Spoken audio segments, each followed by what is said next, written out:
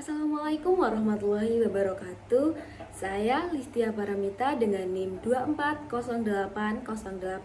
240808600091, kelas Pendidikan Biologi 2D, Fakultas Sains dan Teknologi, Universitas Islam Negeri Wali Songo. Berdasarkan praktikum acara kelima dengan judul Jaringan Penyokong, praktikan memilih preparat batang seledri dan juga buah pir. Praktikan menggunakan literatur sebagai pembahasan untuk laporan praktikum. Batang seledri. Seledri banyak digunakan untuk peluru air seni, peluru haid, penambah nafsu makan, mengobati orang pilek, flu, retensi air, pencernaan yang buruk, berbagai jenis radang sendi, dan penyakit tertentu dari hati dan limfa. Akar seledri juga digunakan untuk memacu enzim pencernaan. Buahnya untuk pereda kejang. Daunnya berkhasiat sebagai obat demam. Air perasan seledri dipercaya dapat mendinginkan kepala. Taksonomi batang seledri yaitu kingdomnya Plantae, subkingdom Tracheobionta, divisi Spermatophyta, subdivisi Angiospermae, kelas Dicotyledonae, ordo Apiales, famili Apiaceae, genus Apium L, spesies Apium graveolens L. Morfologi batang tanaman seledri dapat tumbuh dengan ketinggian hampir 1 meter, tidak berkayu, beralus, bercabang, dan berwarna hijau.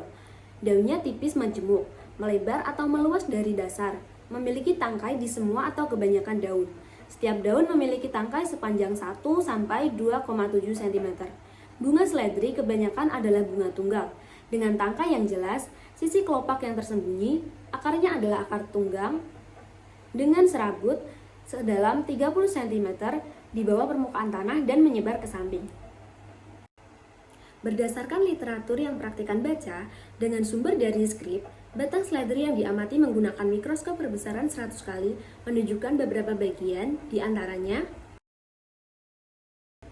panah A ditunjukkan oleh bagian epidermis, di mana epidermis merupakan lapisan terluar yang melindungi bagian dalam organ tumbuhan.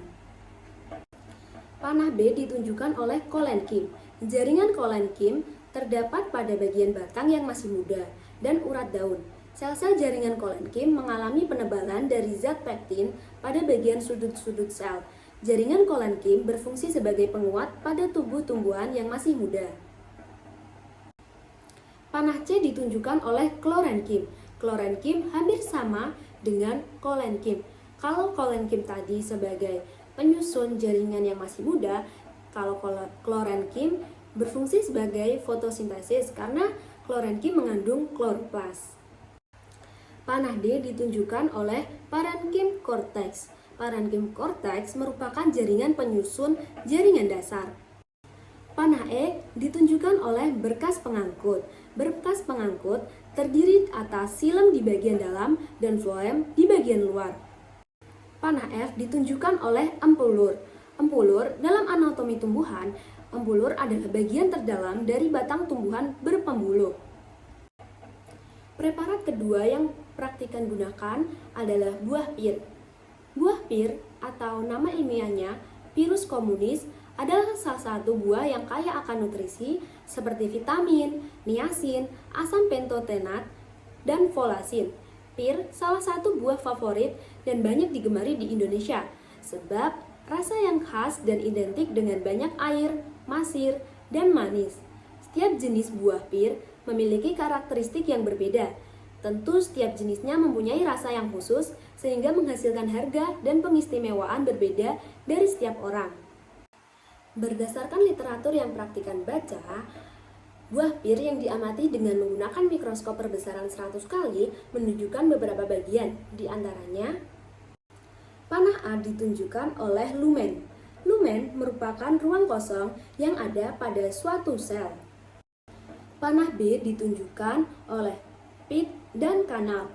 Pit adalah rongga di dalam buah pir yang berisi biji, sementara kanal adalah saluran yang mengaliri nutrisi dan air dalam buah. Panah C ditunjukkan oleh sklerenkim. Sklerenkim adalah salah satu jenis jaringan penyokong pada tumbuhan yang memiliki sel yang mati dan diperkuat oleh lignin. senyawa yang memberikan kekuatan dan ketahanan. Peran sklerenchyme dalam memberikan dukungan struktural pada tumbuhan seperti batang dan biji, dan serta berperan juga dalam perlindungan dari serangan yang datang dari luar. Panah D ditunjukkan oleh dinding sel.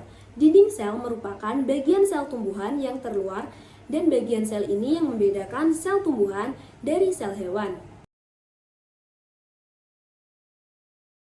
Sekian pembahasan laporan praktikum dari saya. Apabila terdapat kekurangan, saya memohon maaf. Terima kasih. Wassalamualaikum warahmatullahi wabarakatuh.